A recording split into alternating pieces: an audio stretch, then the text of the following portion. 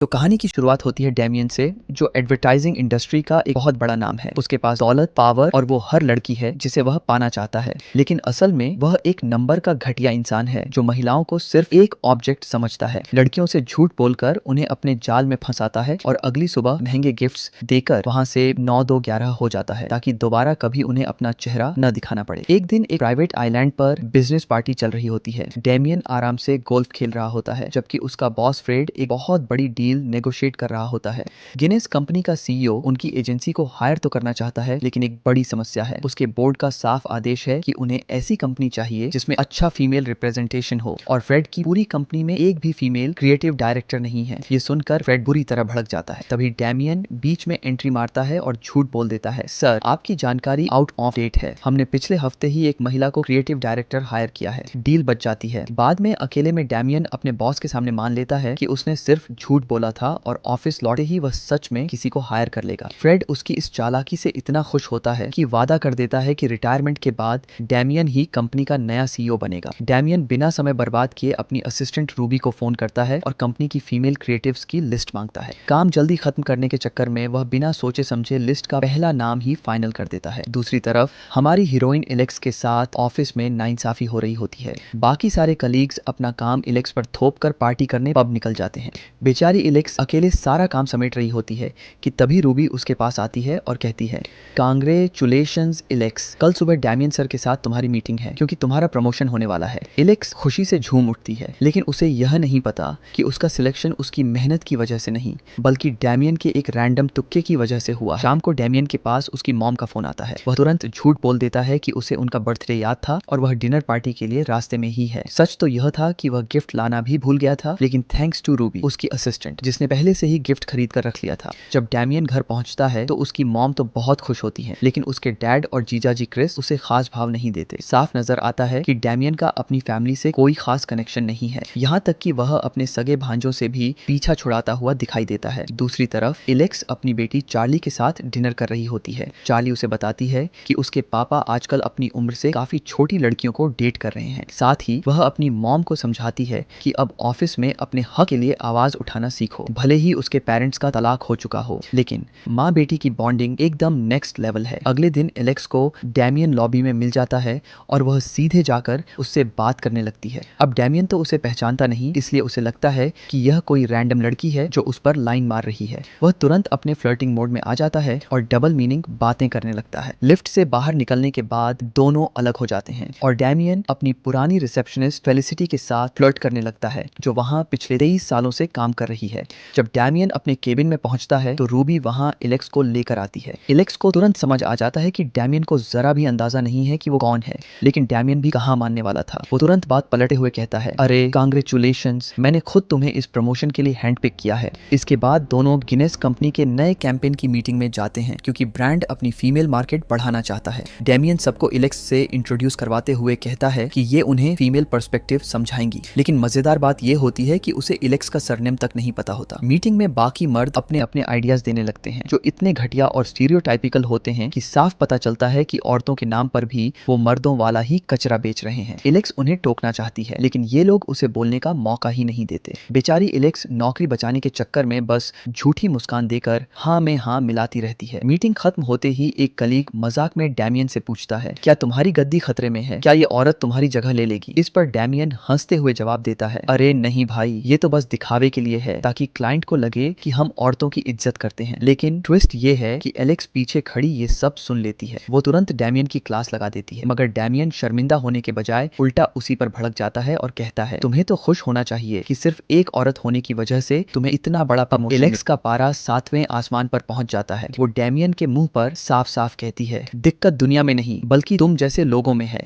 और फिर वो उसी वक्त नौकरी को लात मारकर वहीं से इस्तीफा दे देती है। वह गलती से एक पोल से टकरा जाता है और बेहोश हो जाता है। कुछ ही देर बाद 2 फीमेल पैरामेडिक्स डैमियन को जगाती हैं और उसे दवा ऑफर करती हैं, लेकिन वह उन्हें भरोसा दिलाता है कि वह ठीक है। वापस लौटते समय डैमियन को एक बेघर आदमी कबूतर के साथ दिखाई देता है जो उससे कहता है कि तुम यहाँ से कभी बाहर नहीं निकल पाओगे। जब वह ऑफिस पहुंचता है तो वहाँ हर किसी का ड्रेसिंग स्टाइल बदला हुआ होता है और सब डैमियन को घूर रहे होते हैं, लेकिन वह इस बात पर ध्यान नहीं देता। एक एम्प्लॉय उसे उसके कपड़े डीडीएचओ के लिए टोकता है और वह एक जोक मारता है जिसे सब काफी रूड समझते हैं। फिर डैमियन रूबी से आइस पैक मांगता है, पर रूबी उल्टा उसे डांट देती है। वह उसे एलेक्स के ऑफिस में घुसने के लिए भी सुनाती है, इसलिए डैमियन इसे मजाक समझता है और कहता है कि उसने एलेक्स को फायर कर दिया है। ठीक उसी वक्त एलेक्स ऑफिस में एंट्री मारती है, जो पहले से कहीं ज्यादा कॉन्फिडेंट और अच्छे कपड़ी शो में दिख रही है। वह सीधे डैमियन की चेयर पर बैठ जाती है। डैमियन इस पर शिकायत करता है और उससे माफी की डिमांड करता है, लेकिन तभी बीच में बॉस फ्रेड आ जाता है, जो बहुत सिंपल पिकअप पर डीडीएचओ में है। फ्रेड आकर एलेक्स को उसकी कॉफी देता है और डैमियन को वहां से घसीट कर ले जाता है, जिसे देखकर रूबी हंसने लगती है। अकेले में फ्रेड डैमियन से पूछता है कि क्या वह स्ट्रेस में है क्योंकि उसका प्रमोशन मेल क्रिएटिव डायरेक्टर के पद पर हुआ है। ये सुनकर डैमियन पूरी तरह घबरा जाता है और ऑफिस में घूमते हुए सोचने लगता है कि आखिर यह सब चल क्या रहा है। अब इस दुनिया में फेलिसिटी कंपनी की सीईओ बन चुकी होती है। सभी सेक्रेटरी पुरुष होते हैं और हर तरफ ऐसे विज्ञापन लगे होते हैं जिनमें पुरुष अंडरवियर के मॉडल बने दिखाई देते हैं। ये सब देखकर लड़का पूरी तरह हैरान रह जाता है। वह बिल्डिंग से बाहर निकलता है और टैक्सी रोकने की कोशिश करता है, लेकिन एक महिला ड्राइवर उसे बैठाने से मना कर देती है और उस पर ताना कसकर चली जाती है। सड़क पर भी सब कुछ अलग होता है। पुरुष बच्चों को गोद में उठाए हुए और घर का सामान लेकर घूम रहे होते हैं। आसपास के लगभग हर विज्ञापन में पुरुष ही नजर आते हैं। इसके बाद लड़का अपने घर पहुंचता है, लेकिन वहां का माहौल भी पूरी तरह बदला हुआ होता है। टेबल पर हाउस हस्बैंड्स की मैगजीनें पड़ी होती हैं। फ्रिज में सिर्फ हेल्दी खाना रखा होता है और कई किताबों के नाम भी बदले हुए होते हैं। फिर लड़का टीवी चालू करता है और यह देखकर चौंक जाता है कि इस दुनिया में पोप भी एक महिला है। वहीं सड़कों पर मेनोनिस्ट नाम का एक समूह प्रदर्शन कर रहा होता है और नारे लगा रहा होता है, हमारा बीच हमारी मर्जी। तभी अचानक एक बिल्ली सोफे पर कूद जाती है। लड़का डरकर तुरंत अपने परिवार के घर पहुंच जाता है। वहां वह देखता है कि उसके भांजे एक दूसरे के बाल संवार रहे हैं, जबकि उसकी माँ और उसकी बहन टीवी देख रही होती हैं। कुछ देर बाद उसकी बहन जोर से गैस छोड़ देती है, जिससे लड़का और भी असहज महसूस करने लगा है। वह किचन में जाता है और वहां अपने पिता को खाना बनाते हुए देखता है। यह नजारा देखकर वह फिर से घबरा जाता है, जिससे उसके पिता भावुक होकर रोने लगे हैं। इसके बाद लड़का वापस सड़क पर जाता है और उस हादसे को दोबारा करने की कई बार कोशिश करता है, लेकिन हर बार नाकाम रहता है। आखिर में वह एक बेंच पर बैठ जाता है। तभी वहां एक अजीब आदमी उसके पास आकर बैठ जाता है और बताता है कि वह भी उसी दुनिया से आया है जहां पुरुषों का दबदबा था, लेकिन वह पिछले 9 सालों से इसी उल्टी दुनिया में फंसा हुआ है। उन दोनों की तरह एक और लड़का भी था, जो अपनी ताकत और पद वापस हासिल करने के बाद अपनी पुरानी दुनिया में लौट गया था।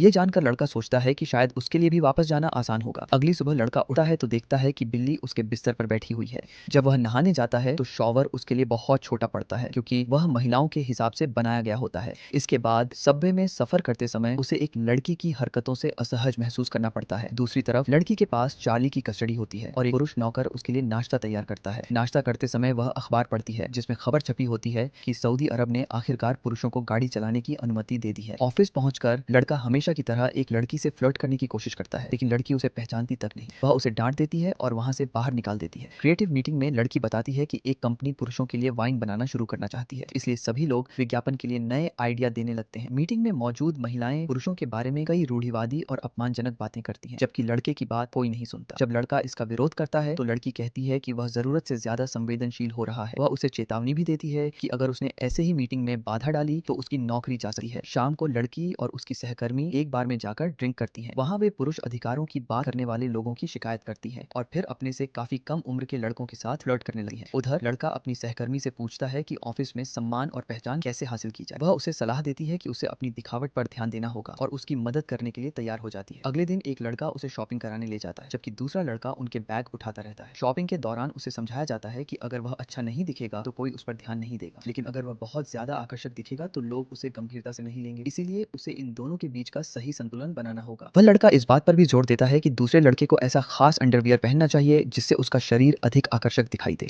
इसके बाद वे दोनों एक ब्यूटी सैलून जाते हैं। वहां लड़का अपने पूरे शरीर के बाल हटवाने के लिए तैयार हो जाता है, लेकिन एक अतिरिक्त कॉस्मेटिक प्रक्रिया करवाने से मना कर देता है। उसके सफेद बालों को रंग दिया जाता है और उसे अधिक आकर्षक दिखाने के लिए नए अंदाज में स्टाइल किया जाता है। अगले कुछ दिनों तक लड़का हर सुबह 5 बजे उठकर व्यायाम करता है, स्वस्थ भोजन खाता है, ब्यूटी मास्क लगाता है और अपनी ग्रूमिंग पर विशेष ध्यान देता है। धीरे धीरे उसका रूप पूरी तरह बदल जाता है। अब जब भी वह बाहर निकलता है कई महिलाएं उसकी ओर आकर्षित होकर उसे नोटिस करने लगी हैं। जब वह वापस ऑफिस पहुंचता है तो लड़की भी उसके नए लुक की प्रशंसा करती है। लड़का एक बार फिर दूसरी लड़की से फ्लर्ट करने की कोशिश करता है और इस बार वह सफल हो जाता है। लड़की उसे एक बिजनेस लंच में साथ ले जाने के लिए तैयार हो जाती है, जहां उन्हें एक बड़ी कंपनी के सीईओ से मिलना होता है। लंच के दौरान बाकी महिलाएं भरपूर भोजन ऑर्डर करती हैं, जबकि लड़का स्वयं को केवल सलाह तक सीमित रहता है। तभी कंपनी का सीईओ बताता है कि वह नई विज्ञापन एजेंसी की तलाश में है, क्योंकि उसे लगता है कि उनकी कंपनी के पास पुरुषों के बाजार का पर्याप्त अनुभव नहीं है। लड़का कुछ कहना चाहता है, लेकिन लड़की उसकी बात बीच में ही काट देती है। वह चतुराई से बातचीत संभालती होती है और सीईओ को मना लेती है कि वह उनकी कंपनी के साथ ही काम जारी रखे। बातचीत के दौरान वह लड़की लड़के के साथ काफी दोस्ताना और फ्लर्टिंग भरे अंदाज में पेश आती है। लंच के बाद लड़की लड़के को रात के खाने के लिए अपने घर आने का निमंत्रण देती है। लड़का हाँ कह देता है, लेकिन उससे पहले वह अपनी एक सहकर्मी के पास जाकर सलाह मांगता है कि क्या करियर में आगे बढ़ने के लिए अपने बॉस के साथ निजी संबंध बनाना सही होगा। सहकर्मी स्पष्ट रूप से कहती है कि ऐसा करना गलत और गैर कानूनी है। इसके बाद लड़का एक क्लिनिक जाता है जहां वह अपनी दिखावट से जुड़ा एक कॉस्मेटिक उपचार करवाता है। उस उपचार के कारण उसे चलने में थोड़ी असहजता महसूस होती है। रात को जब वह लड़की के घर पहुंचता है तो दोनों कुछ देर तक मजाक और फ्लर्टिंग करते हैं। इसके बाद लड़की उसे एक विशेष पोशाक पहनने के लिए कहती है और यहीं से आगे की घटनाएं शुरू होती हैं। लड़का आखिरकार काउबॉय की पोशाक पहनकर उसके सामने एक छोटा सा डांस करता है और नकली दक्षिणी लहजे में बात करने लगता है। उसे यह सब करके बहुत शर्मिंदगी महसूस होती है, लेकिन लड़की को यह बेहद पसंद आता है। वह इतनी ज्यादा उत्साहित हो जाती है कि उसे अचानक दिल का दौरा पड़ जाता है और उसकी मौत हो जाती है। अंतिम संस्कार के दौरान लड़का अपने दोस्त को पूरी घटना बताता है। उसका दोस्त हंसते हुए कहता है कि बॉस के साथ निजी संबंध बनाने से किसी को प्रमोशन नहीं मिलता, वरना अब तक सारे पुरुष ऊंचे पदों पर पहुंच चुके होते। वह यह भी बताता है कि ऑफिस के कई पुरुष पहले भी ऐसा कर चुके हैं, लेकिन उन्हें कोई फायदा नहीं हुआ। इसी दौरान लड़के को पता चलता है कि लड़की की याद में एक बड़े कंट्री हाउस में पार्टी आयोजित की जाएगी, लेकिन उसे उसमें आमंत्रित नहीं किया गया है। बाद में लड़का फिर से उस रहस्यमयी आदमी से मिलता है। उसकी निराशाजनक बातें सुनकर लड़का और ज्यादा दृढ़ निश्चयी हो जाता है कि वह हार नहीं मानेगा। इसके बाद वह कंट्री हाउस पहुंचता है और वहां पाता है कि स्टाफ का प्रमुख वही व्यक्ति है जो उसकी असली दुनिया में एक बड़ी कंपनी का सीईओ था। वह आदमी उसे बताता है कि उसका नाम मेहमानों की सूची में नहीं है, लेकिन लड़का उसे मना लेता है और कहता है कि अब समय आ गया है कि पुरुष भी अपने अधिकारों के लिए खड़े हों। शाम को जब पार्टी शुरू होती है तो लड़की यह देखकर हैरान रह जाती है कि लड़का वहां मौजूद है। लड़का घोषणा करता है कि वह सीईओ की कुर्सी के लिए उसका मुकाबला करेगा, लेकिन लड़की को उसकी बात पर विश्वास नहीं होता। डिनर के दौरान लड़का कंपनी की चेयरवुमन से लगातार बातचीत और फ्लर्टिंग करता रहता है। वह उसे समझाने की कोशिश करता है कि एक पुरुष को सीईओ चुनना कितना प्रगतिशील और समझदारी भरा फैसला होगा। इसके बाद वह पियानो पर एक मजेदार और शरारती गाना बजाता है। उसका प्रदर्शन चेयरवुमन को इतना पसंद आता है कि वह उसे अपने साथ क्लब चलने का निमंत्रण देती है। ये सुनकर लड़की भी उनके साथ जाने का फैसला करती है। क्लब में तीनों लगातार ड्रिंक मंगवाते हैं और एक के बाद एक गिलास खाली करते रहते हैं। कुछ देर बाद चेयरवुमन अचानक गिर पड़ती है। लड़का घबरा जाता है और सोचता है कि कहीं उसके साथ भी वही घटना तो नहीं हो गई, लेकिन वह सिर्फ नशे की वजह से गिरती है। वापसी के सफर में तीनों इतने नशे में होते हैं कि लड़का और लड़की, जो अक्सर एक दूसरे से बहस करते रहते थे, पहली बार आराम से बातचीत करने लगे हैं और एक दूसरे को बेहतर समझने लगे हैं। घर पहुंचने के बाद वे किसी तरह चेयरवुमन को उसके कमरे तक ले जाते हैं और उसे बिस्तर पर सुला देते हैं।